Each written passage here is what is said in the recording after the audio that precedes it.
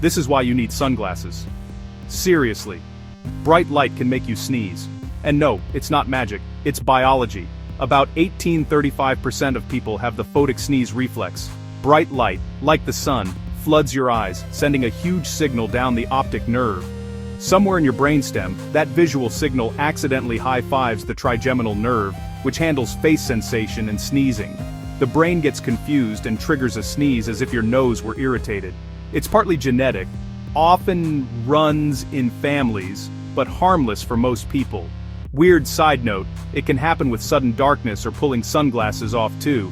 So next time sunlight makes you sneeze, blame your wiring, and maybe keep shades handy.